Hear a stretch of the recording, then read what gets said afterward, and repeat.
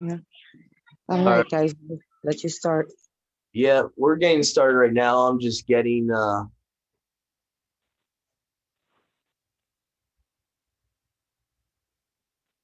let's see, we're live. We're about to be live on Facebook right now. All right, let me get the recording to the cloud also. Okay. Welcome everyone. I'm Brother Doug.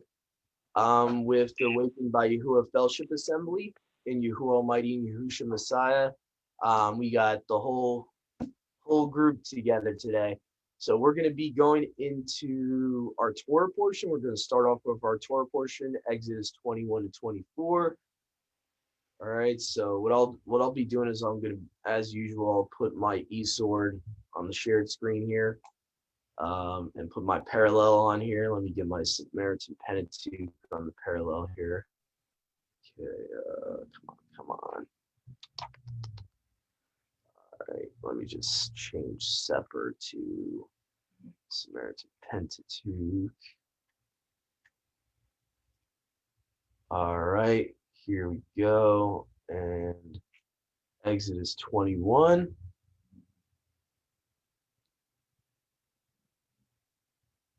Let's see here. And these are the ordinances. All right, hold on. Let me get an easier version of the Septuagint read here. Okay, Complete Apostles' Bible. All right, here we go. And these are the ordinances which you shall set before them. If you buy a Hebrew servant, 6 years shall he serve you, and the 7th year he shall go for free for nothing. And if he should have come in alone, he shall also go forth alone. And if his wife should have gone in together with him, his wife also shall go out. Moreover, if his master gives him a wife, and she was born him sons or daughters, the wife and the children shall be his master's, and he shall go forth alone. And if the servant should answer and say, I love my master and wife and children, I will not go away free.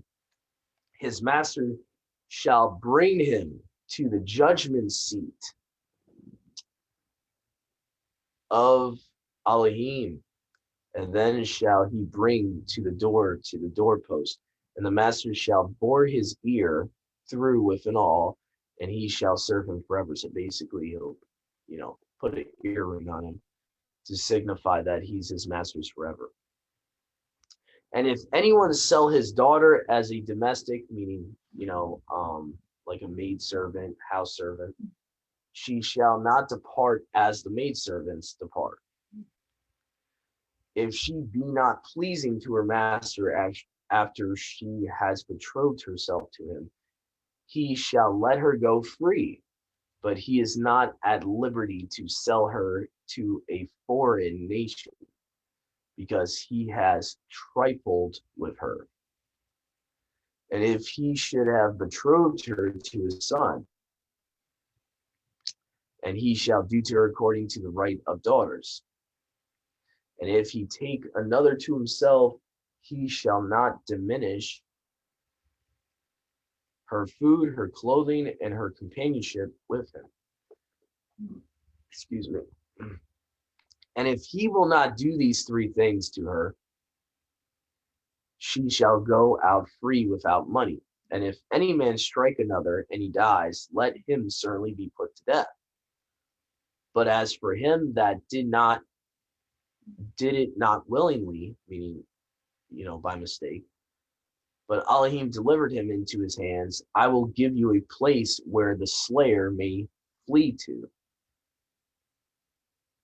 And if anyone lie in wait for his neighbor to slay him, this is really the context, I believe, in Exodus 20, where it talks about thou shalt not murder.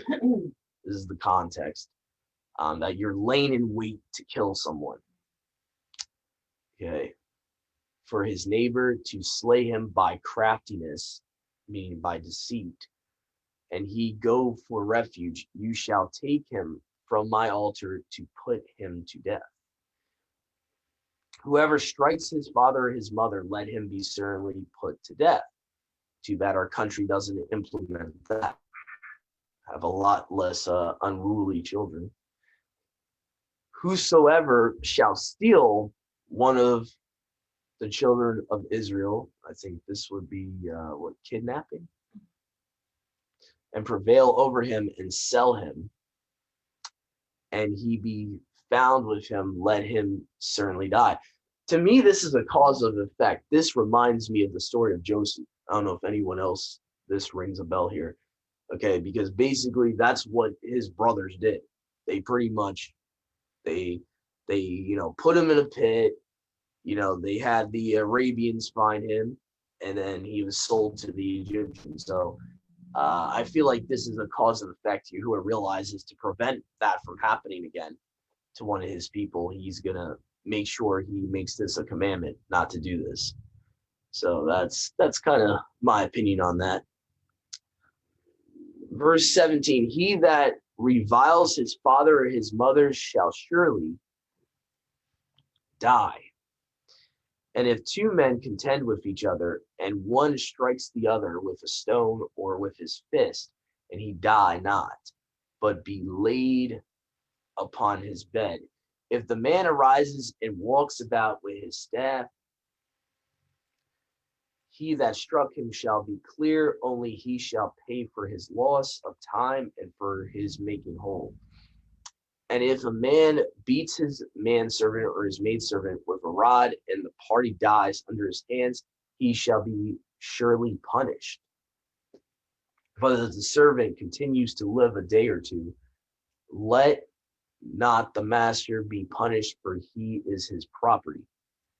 And if two men strive and strike a woman with child, and her child be born imperfectly formed, he shall be forced to pay a penalty, as the woman's husband may lay upon him. He shall pay with a valuation. But if it be perfectly formed, he shall give life for life. Okay. Eye for eye, tooth for tooth, hand for hand, foot for foot, burning for burning, wound for wound, stripe for stripe. And if one strike the eye of his manservant or the eye of his maidservant and put it out, he shall let them go free for their eyes' sake. And if he should strike out the tooth of his manservant or the tooth of his maidservant, he shall send them away free for their tooth's sake. And if a bull gores a man or a woman and they die, the bull shall be stoned with stones, and his flesh shall not be eaten, but the owner of the bull shall be clear. But if the bull was inclined to goring in the past, and men have told his owner, and he has not removed him, so that it has killed a man or a woman, the bull shall be stoned, and his owner shall die also. If a ransom should be imposed on him, he shall pay for the ransom of his soul as much as they shall lay upon him. And if the bull gores a son or daughter, let them do according to this ordinance. Let me get this microphone here. Okay. All right. Continuing on here. And if the bull gores a manservant or maidservant, he shall pay to their master 30 silver shekels, and the bull shall be stoned. Okay. And if anyone opens a pit or digs a pit and does not cover it, and an ox or donkey fall in there, the owner of the pit shall make compensation. He shall give money to their owner, and the dead shall be his own. And if any man's bull gores the bull of his neighbor, okay, scrolling down here, and it dies, they shall sell the living bull and divide the money, and they shall divide the dead bull. But if the bull was known to have been to gore in the past, and they have testified to his owner, and he has not removed him, he shall repay bull for bull, but the dead shall be his own. Yay. All right. So that was chapter 21. Now we're moving on to chapter 22 here. Okay. And if one steals an ox or a sheep and kills it or sells it, he shall pay 5 calves for a calf and 4 sheep for a sheep. And if the thief is found breaking in and he is struck so that he dies, there shall be no bloodshed for him. But if the sun has risen upon him, he is guilty and he shall die. Okay, scrolling down here. Instead, and if a thief has nothing, let him be sold in compensation for what he has stolen. Whoops. Sorry, everyone. Does that every once in a while. I think we were at like verse 3 or 4 here. What he has stolen. Okay, verse 4, yep. And if the thing stolen is left and is in his hand alive, whether ox or sheep, he shall restore them twofold. And if anyone should feed down a field or a vineyard, and should send in his own beast to feed down another field, he shall make compensation of his own field according to his produce. And if he shall have fed down the whole field, he shall pay for compensation, the best of his own field and the best of his own vineyard. And if the fire has gone forth and caught thorns, and should also set on fire threshing floors or ears of grain or a field, he shall kindle the fire and shall make compensation. And if anyone gives to his neighbor money or goods to keep, and they are stolen out of the man's house, if the thief is found, he shall repay double. But if the thief is not found, the master of the house shall come forward before Elohim and shall swear that surely he has not done wickedly in regard to any part of his neighbor's goods. Accordingly, to every injury, whether it concerns a calf, a donkey, a sheep, a garment, and every alleged loss, whatever in fact it may be, the judgment of both shall proceed before Elohim, and he that is convicted by Elohim shall repay to his neighbor double. And if anyone gives to his neighbor a calf, a sheep, or any beast to keep, and it is wounded or dies or is taken, and no one knows, an oath of Elohim shall be between both, each swearing that he has by no means been guilty in the matter of his neighbor's goods. And so his master shall hold him guiltless, and he shall not make compensation. But if it is stolen from him, he shall make compensation to the owner.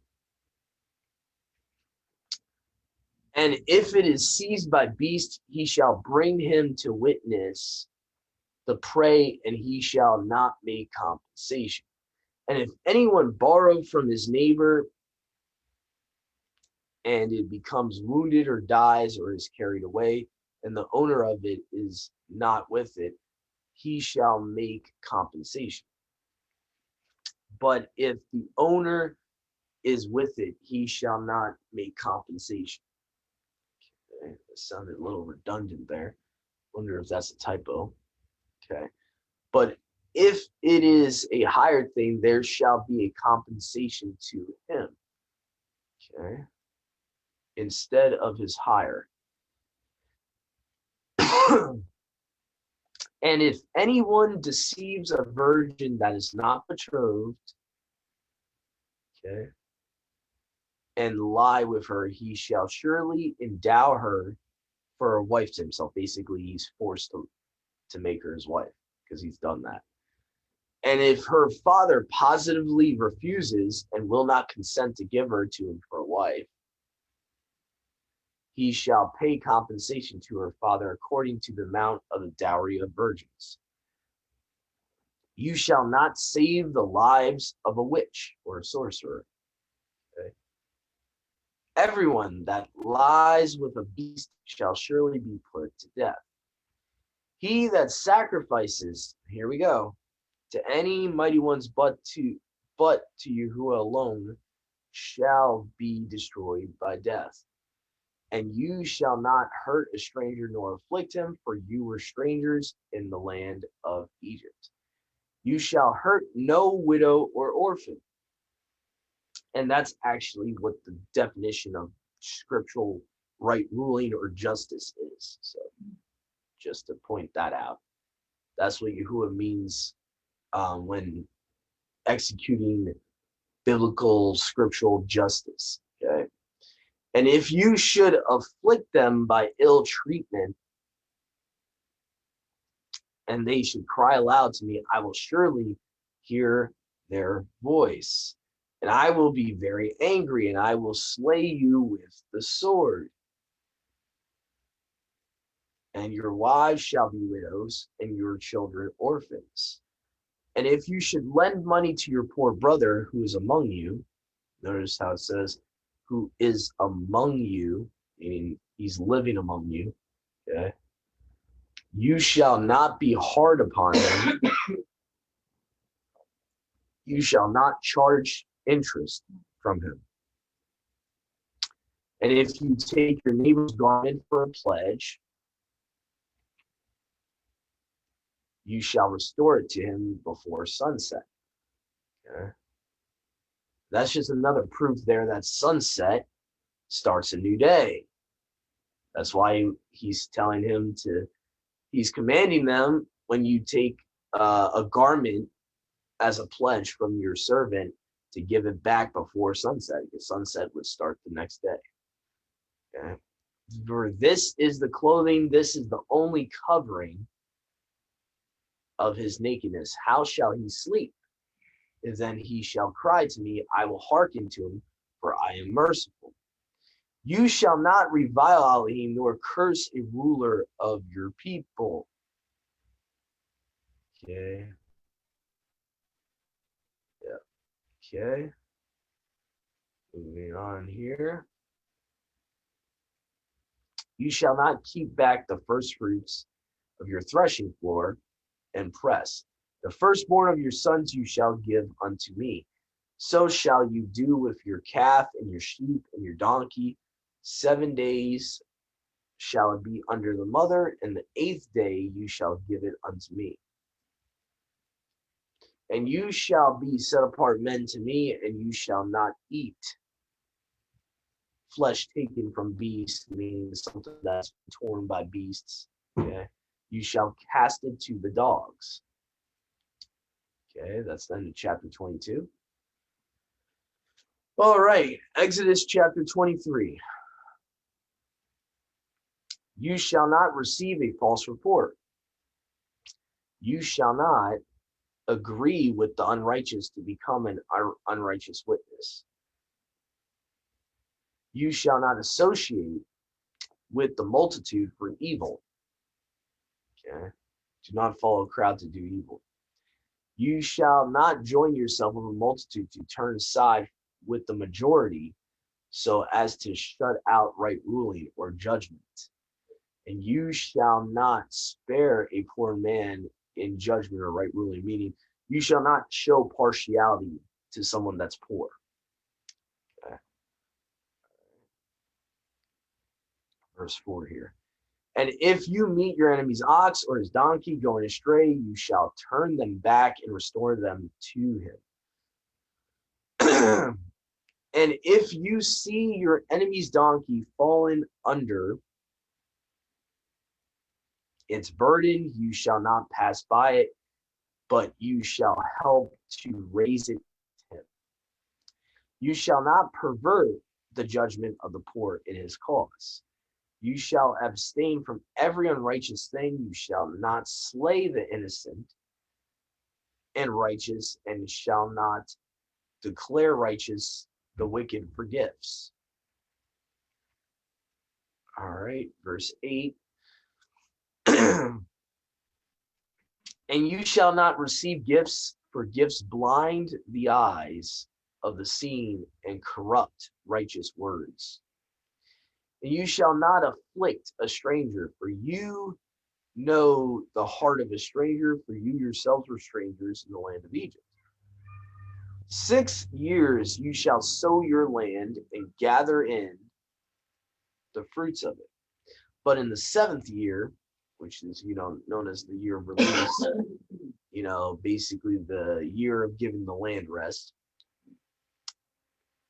But in the 7th year you shall let it rest and leave it. And the poor of your nation, notice how it says the poor of your nation, okay, shall feed.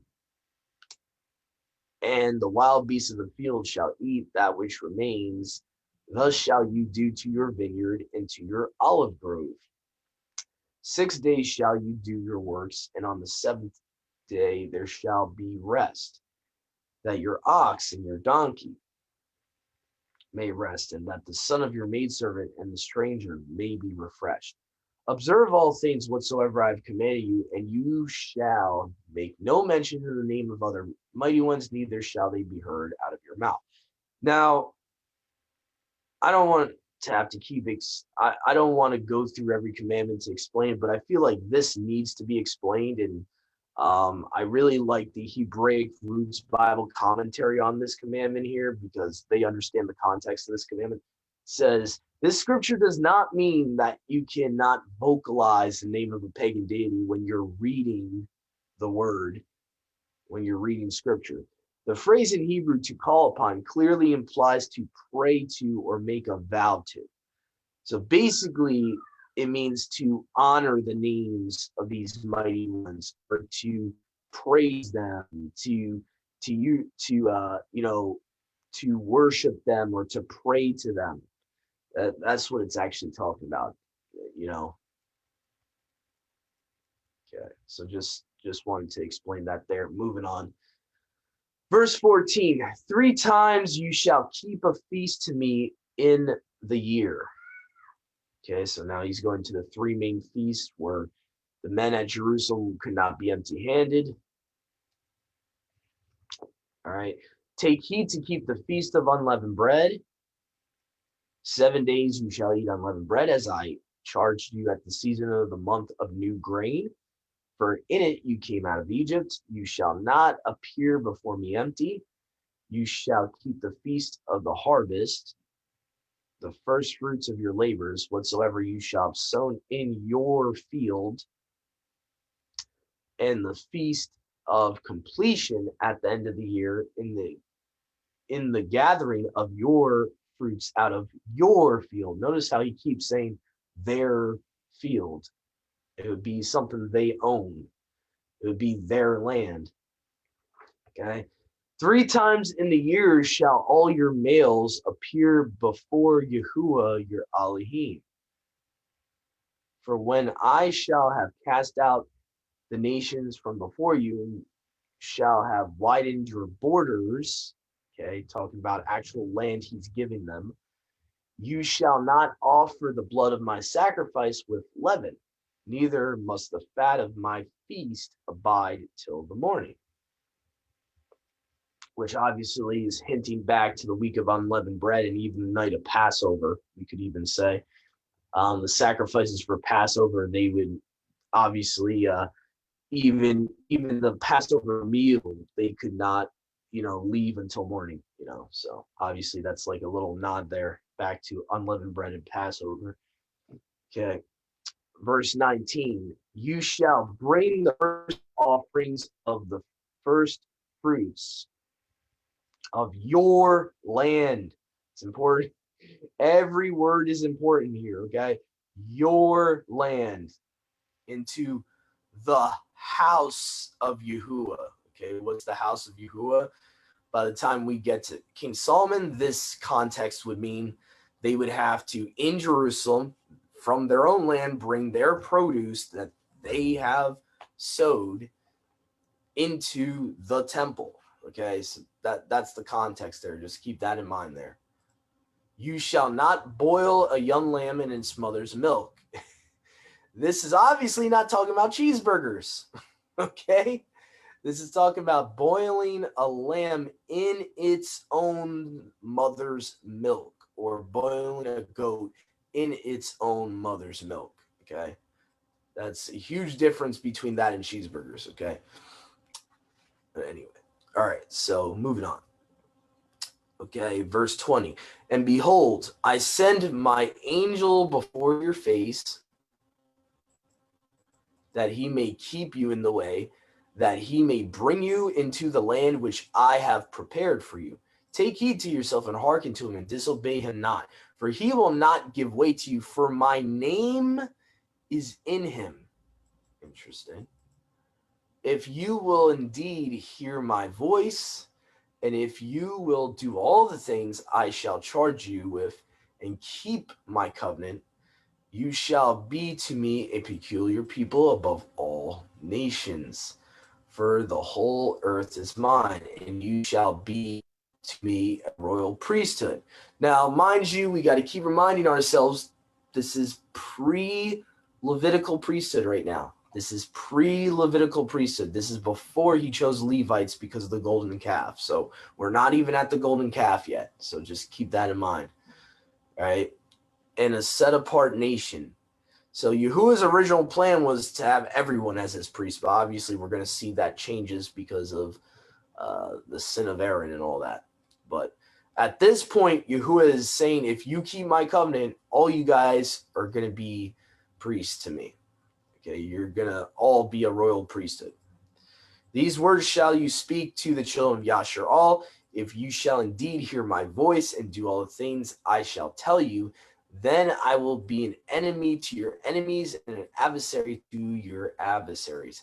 For my angel shall go as your leader and shall bring you to the Amorites, the Hittites, the Perizzites, the Canaanites, the Girgashites, the Hivites, the Jebusites, and I will destroy them. And you shall not worship their mighty ones, nor serve them. You shall not do according to their works. Very key phrase there. Do not do according to their works. Do not follow their example of what they do, but shall utterly destroy them and break to pieces their pillars, their groves and all that. Okay. And you shall serve Yahuwah, your Elohim, and I will barak your bread and your wine and your water, and I will turn away sickness from you. There shall not be one that is impotent, or barren on your land. I will surely fulfill the number of your days, and I will send terror before you, and I will strike with amazement all the nations to which you shall come, and I will make all your enemies to flee. And I will send hornets before you, and you shall cast out the Amorites, the Hivites, the Canaanites, and the Hittites from you. And I will not cast them out in 1 year, lest the land become desolate, and the beasts of the field multiply against you. By little and little I will cast them out from before you until you shall be increased and inherit the earth. Okay.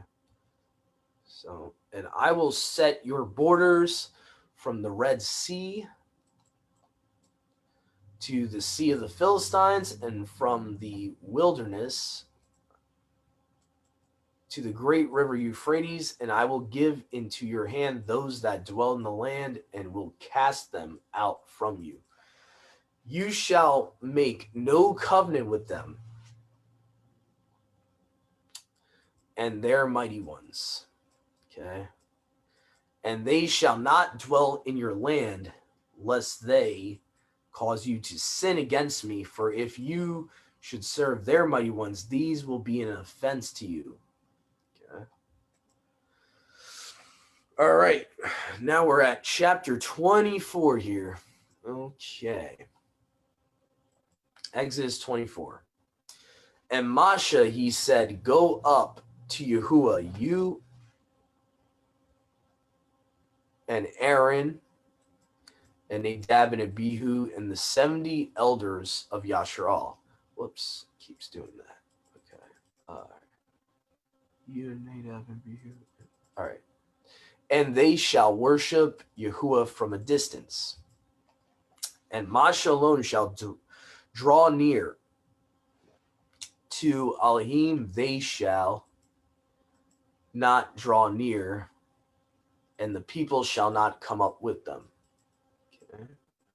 And Moshe went in and related to the people all the words of Elohim and the ordinances, and all the people answered with one voice, saying, all the words which Yahuwah has spoken, we will do and be obedient.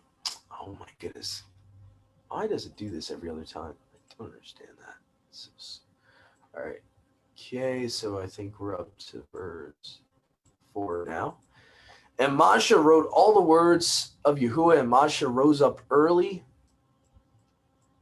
in the morning and built an altar under the mountain and set up 12 stones for the 12 tribes of Yasharal. And he sent forth young men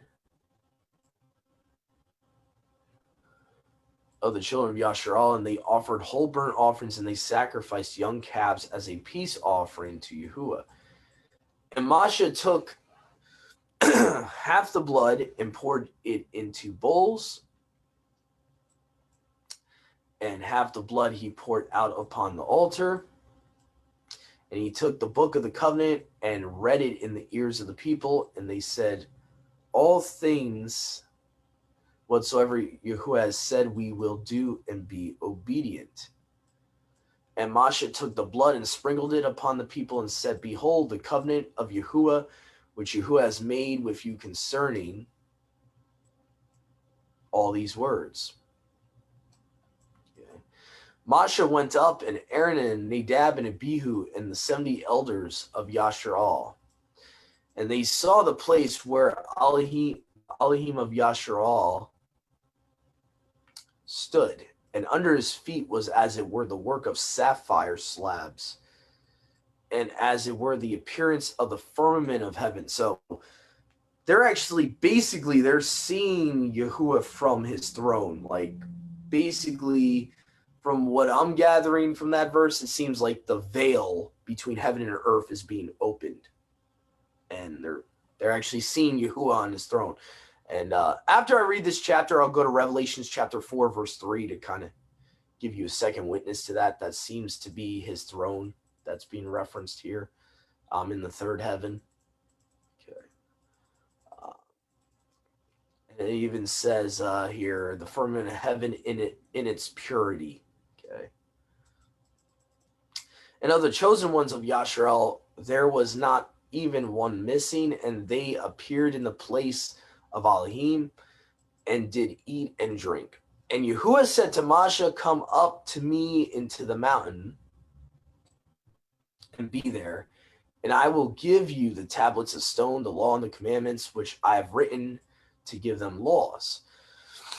And Moshe rose up, and Yahusha his attendant, and they went up into the mountain of Elohim. And to the elders they said, rest there till we return to you. And behold, Aaron and Hur are with you. If any man have a cause to be tried, let them go to them. And Moshe and Yahusha went up to the mountain, and the cloud covered the mountain. Okay. And the splendor of Elohim came down upon Mount Sinai. So his esteem, his splendor, his light, his majesty is radiancing from heaven down to Mount Sinai. And the cloud covered it 6 days, and Yahuwah called Moshe on the seventh day out of the midst of the cloud. And the appearance of the splendor of Yahuwah was as burning fire on top of the mountain before the children of Yasharal. And Moshe went into the midst of the cloud and went up to the mountain, and was there in the mountain 40 days and 40 nights. Okay, so that's the end of our Torah portion there. I did want to go to the one cross reference I mentioned. And let's see. One translation I really like for this verse is the TS 1998 in Revelations 4:3 to back up my claim that what they saw Yahuwah's feet under with the sapphire and all that, and the brightness and the firmament and all that is referring to his throne up there. So Revelations 4:3 says here, and he who sat on the throne was there like a jasper and a ruby stone in appearance, and there was a rainbow around the throne, and like an emerald in appearance. So you have like stones, colors of stones around his throne.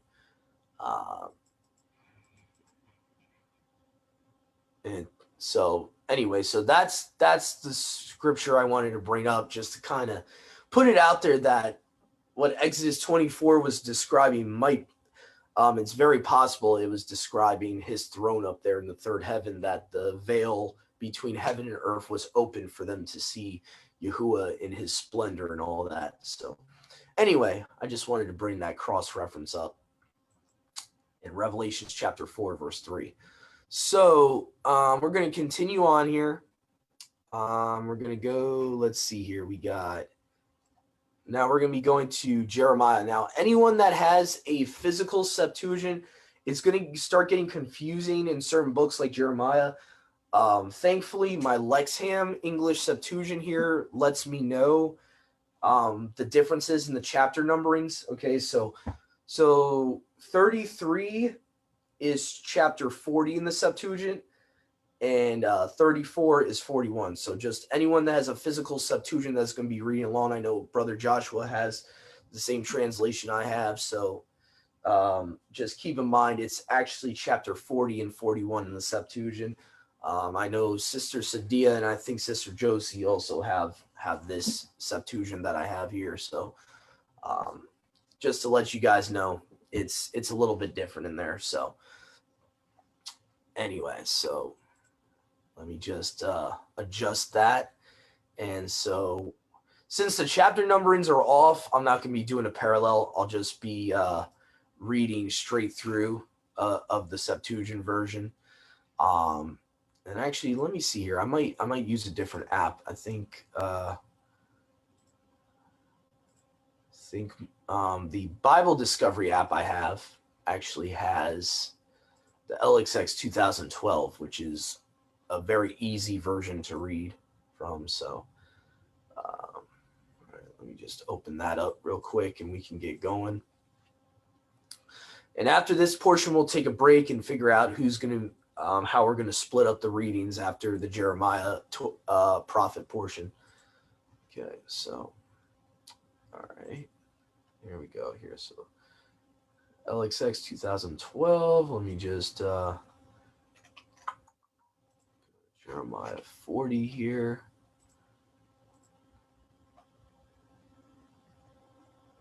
All right, let me just make sure that's correct. Jeremiah 40. All right, so let me just check this real quick.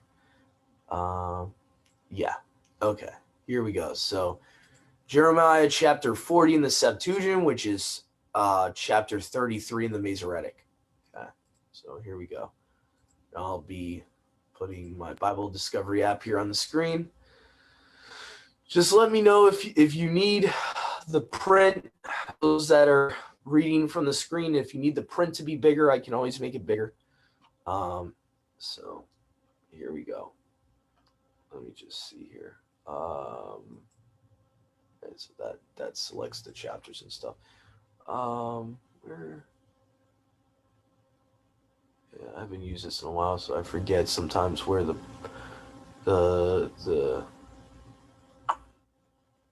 oh, here we go. It's actually easy. Okay, it's right here, this button. Okay, there you guys go. All right. And the word of Yahuwah came to Yirmiyahu's second time, when he was yet bound in the court of the prison, saying, "Thus says Yahuwah, who made the earth and formed it to establish it. Yahuwah is his name. Cry to me, and I will answer you, and I will declare to you great and mighty things which you know not." For thus says Yahuwah concerning the house of this city and concerning the houses of the king of Yehuda, which have been pulled down for mounds and fortifications, to fight against the Chaldeans, aka the Babylonians, and to fill it with the corpses of men whom I struck in my anger and my wrath, and turned away my face from them for all their wickedness. Behold, I bring upon their healing and cure, and I will show myself to them. I will heal her and make both peace and security. I will turn the captivity of Yehuda and the captivity of Yashar all, and will build them even as before. Now, this has not happened yet, people, because I know we have some fellow brothers and sisters that want to hold to the 1948 delusion, okay? This has not happened yet. 1948 is not a fulfillment of this, okay?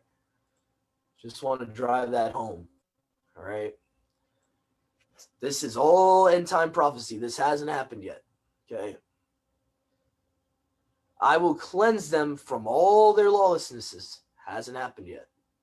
Whereby they have sinned against me, I will not remember their sins, whereby they have sinned against me and revolted from me.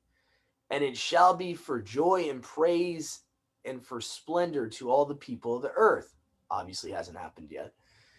Who shall hear all the good that I will do, and they shall fear and be provoked for all the good things, for all the peace which I will bring upon them. Thus says Yahuwah, there shall yet be heard in this place of which you say, it is destitute of men and cattle, and in the cities of Yehuda and the cities of Jerusalem, the places that have been made desolate for lack of men and cattle, the voice of gladness and the voice of joy and the voice of the bridegroom. Now that phrase right there should let you know this is like all Revelations context here.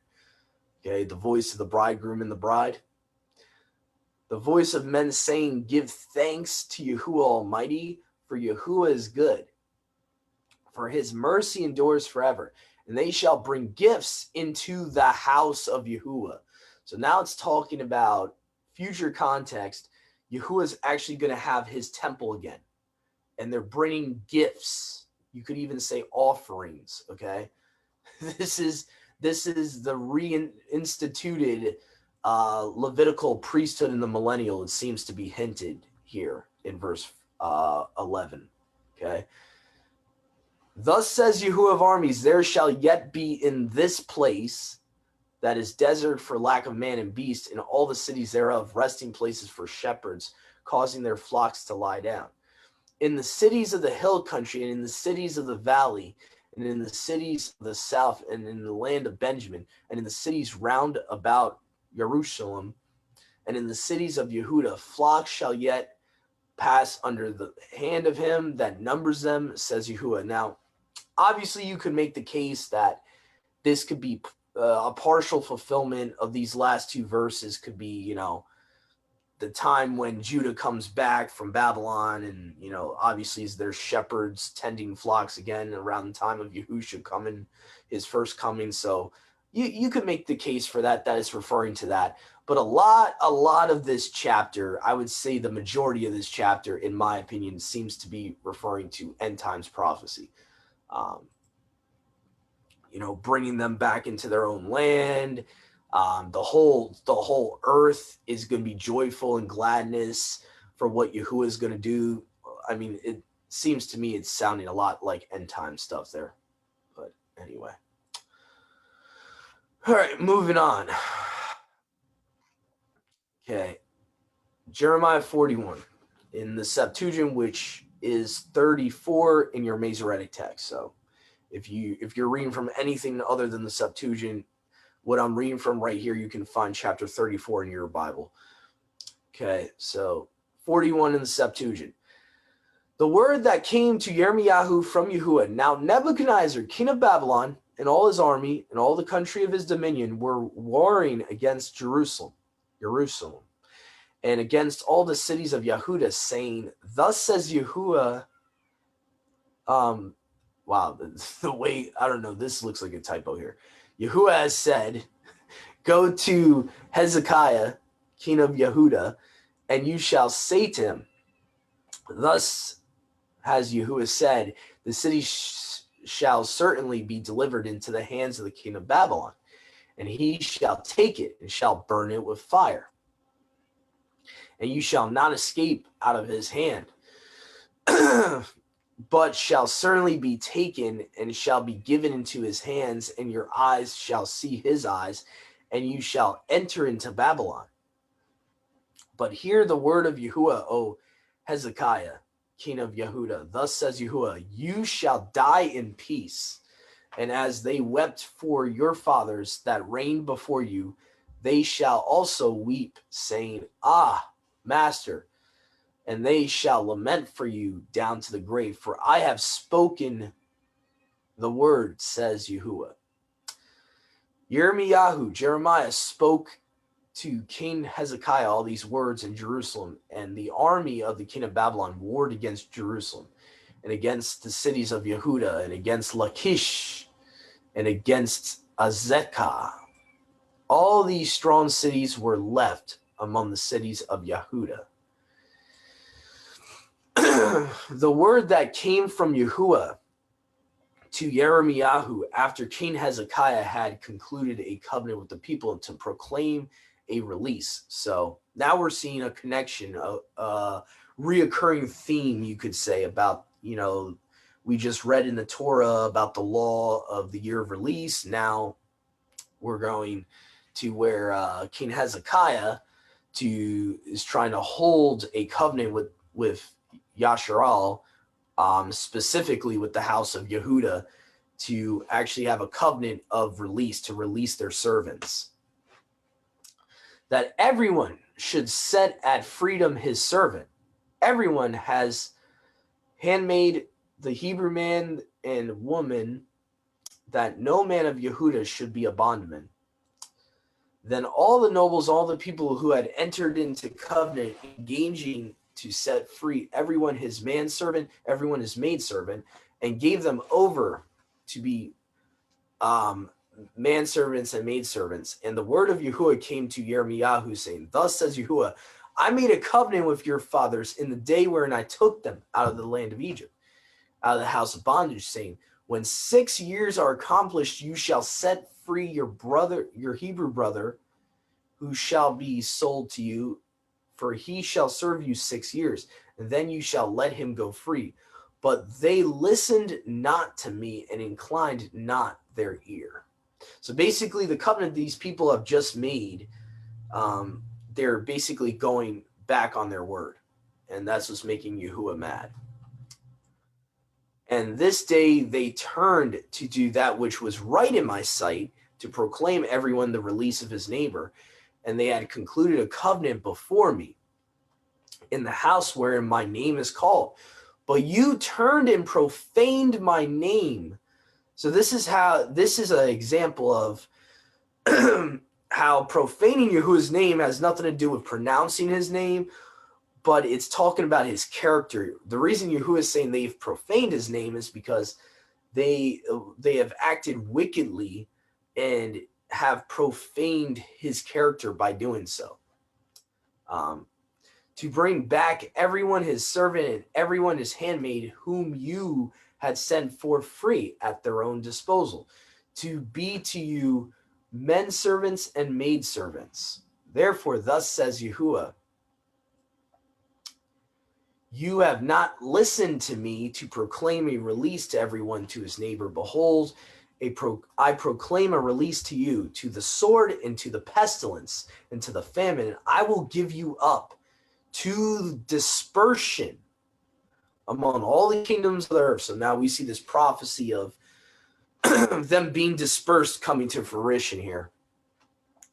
And I will give the men that have transgressed my covenant, who have not kept my covenant, which they made before me, the calf which they prepared to sacrifice with it. The princes of Yehuda and the men in power and the priests and the people, I will even give them to their enemies.